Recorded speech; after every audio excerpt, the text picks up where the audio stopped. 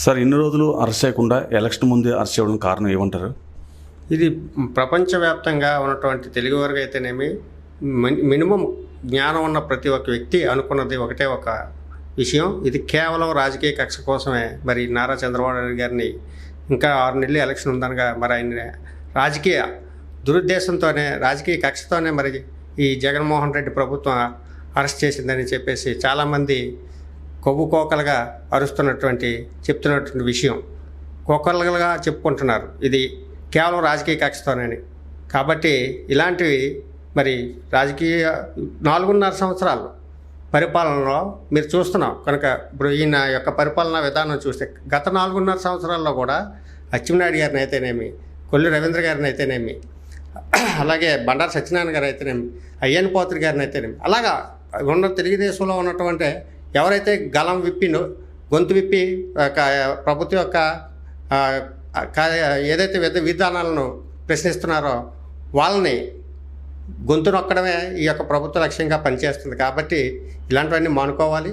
ప్రజలకు శ్రేయస్కరంగా ఉండేటువంటి ప్రయోజనాల మీద మీరు మాట్లాడాలి. ప్రజలకి యొక్క ఓట్లతో మీరు గెలిపొందారు కాబట్టి ప్రజలకి జవాబుదారీతనంగా ఉండవలసిన ప్రభుత్వం ప్రశ్నించే గొంతులు నొక్కుతుందనేటటువంటిది మరి యొక్క ఆంధ్రప్రదేశ్ యొక్క ప్రజలు అనుకున్నటువంటి విషయం. విశాఖపట్నం జగన్మోహన్ రెడ్డి అభివృద్ధి ఎలా ఉందన్న? విశాఖపట్నం ప్రజలు చూస్తున్నాం అనేక రకాలైనటువంటి ఇబ్బందులు పడుతున్నారు.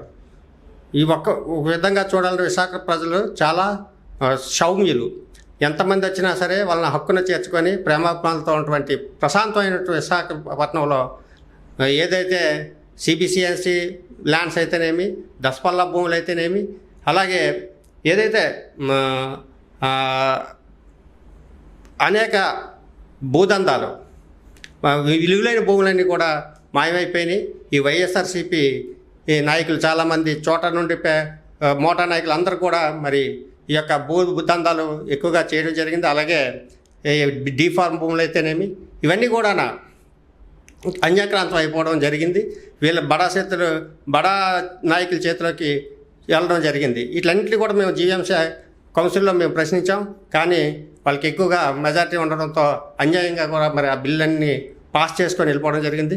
అలాగే మనం చూస్తున్నాం సిబిసిఎన్సి ల్యాండ్స్ 60 కోట్లు సుమారు మరి టీడీఆర్లు కూడా ఇవ్వడం జరిగింది. సో ఇవన్నీ కూడా చూస్తుంటే మళ్ళీ మన ప్రభుత్వం ఏదైతే తెలుగుదేశం ప్రభుత్వం ఇస్తే ఈ యొక్క అవినీతి మీద మళ్ళీ ఇవన్నీ తీయాల్సి వస్తుంది. తప్పక ఈ యొక్క ప్రభుత్వం చేసినటువంటి అన్యాయాలన్నింటికి మూల్యం చెల్లించుకోక తప్పదని చెప్పేసి తెలియజేస్తున్నాను. అంటే జగన్మోహన్ రెడ్డి ఎలక్షన్ ముందు పదయాత్రలోని విశాఖపట్నం పంచగ్రామాల సమస్య తీరుస్తానన్నారు. 4.5 ఏళ్ళు అయిపోయింది. ఈ సమస్య అలాగే ఉందంట. ముఖ్యంగా ఇక్కడ ఉన్నటువంటి మా ఎమ్మెల్యే అవంతి శ్రీనివాసరావు గారు గత 2 సార్లు ఎమ్మెల్యేగా, ఒకసారి ఎంపీగా సుదీర్ఘకాలం మరి ఇక్కడ ఉన్నటువంటి ప్రజానికం మరి ఎన్నుకోవడం జరిగింది అనేక పార్టీల్లో. ఒకసారి తెలుగుదేశం ప్రభుత్వంలోనూ, ఒకసారి వైఎస్ఆర్సీపీ ప్రభుత్వంలో, ఇంతకుముందు ప్రజారాజ్య ప్రభుత్వంలో అనేక పార్టీల్లో ఆయన మారుతూ మరి ఎమ్మెల్యేగా మరి అందరూ కూడా ఆయన్ని ఎన్నుకోవడం జరిగింది. అయితే ఏ రోజు కూడా ప్రతి సంవత్సరం ఇలా సింహాచలం దేవాలయం కొండకు వచ్చేటప్పుడల్లా ఆయన సింహాద్రప్పన స్వామివారి భక్తుడు వచ్చినప్పుడు కూడా దర్శనానికి వస్తాడు. ఇగో దేవస్థాన భూ సమస్య పరిష్కరించేస్తాను, మళ్ళీ మీరు రండి, మీ అందరికీ పరిష్కారం అయిపోద్ది, 3 నెలలు అయిపోద్ది, 2 నెలలు అయిపోద్ది, 6 నెలలు అయిపోద్ది, అలా కాలయాపన చేసుకుంటూ ఇప్పటి వరకు కూడా దాని మీద మరి ఇంటింటికి గడప గడపకు వైఎస్ఆర్ అని చెప్పేసి తిరుగుతున్నాడు ఈ యొక్క ఎమ్మెల్యే. కానీ ఏ రోజు కూడా సింహాచల దేవస్థాన భూ సమస్య మీద ఏ ఒక్క అసెంబ్లీ సమావేశాల్లో కూడా అడిగిన దాఖనాలు లేవు. అడిగితే ఇతనికి ప్రభుత్వం ఏదైతే జగన్మోహన్ రెడ్డి మరి ఏమంటాడో ఏమో భయం కాబట్టి ఈరోజు కూడా ప్రజలు ఎంత ఇబ్బందులు పడుతున్నారంటే ఇక్కడ పంచగ్రామాల ప్రజలు ఆ ఇబ్బందులన్నింటినీ పక్కకి నెట్టేసి ఆయన స్వలాభం కోసమే పనిచేస్తున్నాడు తప్ప ఆయన యొక్క పదవికాంక్షతోనే ఈ యొక్క పరిపాలన చేస్తున్నాడు తప్ప ప్రజలకు ఎటువంటి మేలు చేయట్లేదు. ఇలాంటి వ్యక్తిని మళ్ళీ మరి ప్రజలందరూ కూడా బుద్ధి చెప్పాలని చెప్పేసి గడప గడపకు వచ్చేటప్పుడు మీరు నిలదీయాలని చెప్పేసి మా 98వ వార్డు ప్రజలందరూ కూడా తెలియజేస్తున్నాను. అంటే రానున్న ఎలక్షన్ ఎలాంటి బుద్ధి చెప్తారండి మీరు? ఏముంది సార్, ఇంకొక 6 నెలలు ఎలక్షన్స్ వస్తున్నాయి. 6 నెలల ఎలక్షన్ రాగానే ప్రజాప్రతినిధుల యొక్క బ్యాక్డ్రాప్ ఏంటి, వాడి యొక్క వ్యక్తిత్వం ఏంటని చెప్పేసి ఇప్పటికైనా తెలుసుకొని ప్రజలందరూ కూడా మంచి వ్యక్తిని, పార్టీలకు అతీతంగా ఏ పార్టీ ఏమైనా మంచి వ్యక్తులు మంచి వాళ్ళైతే వ్యవస్థలు బాగుపడతాయి. అంతేగాని ఇలాంటి రౌడీ మూకల్ని అన్యాయంగా ల్యాండ్ గ్రాపర్స్ని ఇలాంటి వాళ్ళందరినీ ఎన్నుకోవడం వల్ల ప్రజలకే నష్టం. ఇప్పుడు నారా చంద్రబాబు నాయుడు గారు జైల్లోకి వెళ్ళారు. అది ఎవరికి చంద్రబాబు నాయుడు గారికి ఏం నష్టం లేదు, ప్రజలకి చాలా నష్టం. ఇంకొక 5 సంవత్సరాలు భరించాలి. మీరు ఇప్పుడు మంచి నిర్ణయం తీసుకోకపోతే ఆయనకేముంది, ఇవాళ కాకపోతే రేపు కాకపోతే ఎల్లుట ఆయన బయటకు వస్తారు. కానీ ఈలోపు జరగవలసిన నష్టం జరిగిపోద్ది. ప్రజలందరూ విజ్ఞులైన ప్రజలందరికీ ఒకటే విజ్ఞప్తి, మీరందరూ ఒకటే మేలుకోవాలి. ఒక మంచి ప్రభుత్వాన్ని మీరు సురక్షితమైన పరిపాలనని మీరు కానీ ఎన్నుకోకపోతే మనం లాస్ అయిపోయేది ప్రజల యొక్క ప్రజాధనం అంతా కూడా ఎక్కడెక్కడికో చేరిపోతుంది. మరి మన యొక్క అభివృద్ధి కుంటుపడిపోతుంది, మన పిల్లల భవిష్యత్తు ఇంకా కుంటుపడిపోతుంది. మన అభివృద్ధి కూడా నోచుకునే పరిస్థితిలో ఉంటాం. మనం ఇక్కడ నుంచి రాష్ట్రాన్ని వదిలికి వెళ్ళిపోయే పరిస్థితి, వలసలు పెరిగిపోయే పరిస్థితి ఏర్పడుతుందని చెప్పేసి ప్రజలందరినీ విజ్ఞతతో ఆలోచించి ఈసారైనా మంచి ప్రభుత్వాన్ని, మంచి వాళ్ళని ఎన్నుకోవాలని చెప్పేసి తెలియజేస్తున్నాను. అంటే చంద్రబాబు నాయుడు ఏజ్ పరంగా పెద్ద ఆయన, ఇలాంటి పెద్ద ఆయన ఈ విధంగా అరెస్ట్ చేయడం మీరు ఎలా ఫీల్ అవుతున్నారు సార్? 73 ఏళ్ళ వయసు అండి. అయినా సరే ఆయన ఆలోచనలో మాత్రం యువకుడు. కానీ వయసు రీత్యా వచ్చేసరికి ఎటువంటి వాళ్ళైనా సరే అందులో కనీసం తప్పు ఏంటి, అసలు క్యాష్ ట్రాన్సాక్షన్స్ ఏం జరిగినాయి, ఆధారాలు ఏంటి, ఎటువంటి ప్రూఫ్లు లేకుండా కేసు పెట్టి తర్వాత ఆధారాలు ఎదుగుతున్నారు. అంటే ఇళ్ళ చిత్తశుద్ధి ఎంత తప్పుడు కేసు అనేది మరి ప్రజలందరికీ అర్థమవుతుంది.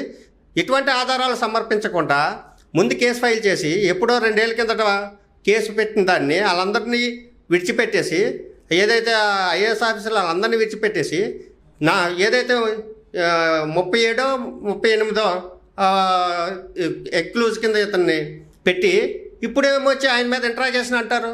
ఇది ఎవరికైనా ప్రజలందరూ సామాన్య మానవుడు కూడా అర్థమవుతుంది ఇది రాజకీయ కక్షేనని. కాబట్టి ఇలాంటివన్నీ మానుకోవాలి. ప్రజలను ఒక వ్యక్తిని నిర్బంధించి ఆ వయసులో ఉన్నటువంటి వ్యక్తిని మరి ఆ విధంగా ఇబ్బంది పెట్టడం ప్రజలందరికీ కూడా చాలా బాధేస్తుంది. అలాగే మాకు కూడా బాధపడుతున్నాం. కాకపోతే ఆయన ఎప్పుడైనా సరే కడిగిన ముత్యంలాగా మళ్ళీ బయటకు వస్తారు. రేపు సోమవారం రాబోయే జడ్జిమెంట్ మంచిగా వస్తుంది. ఆయనకి శ్రీ వరహాలక్ష్మీ నరసింహస్వామి మరి ఈరోజు కూడా మేము ఆయన పేరు మీద మరి పూజలు చేయించడం జరిగింది. మంచికి ఎప్పుడు మంచిగా జరుగుతుందని చెప్పేసి మా యొక్క విశ్వాసం. కాబట్టి ఆయన కడిగిన ముత్యంలాగా మళ్ళీ బయటకు వస్తారని చెప్పేసి తెలియజేస్తున్నాను. పవన్ కళ్యాణ్ పార్టీకి వల్ల మీకు సపోర్ట్ ఉందంటారా? పవన్ కళ్యాణ్ గారు కూడా చాలా మంచిగా స్పందిస్తున్నారు.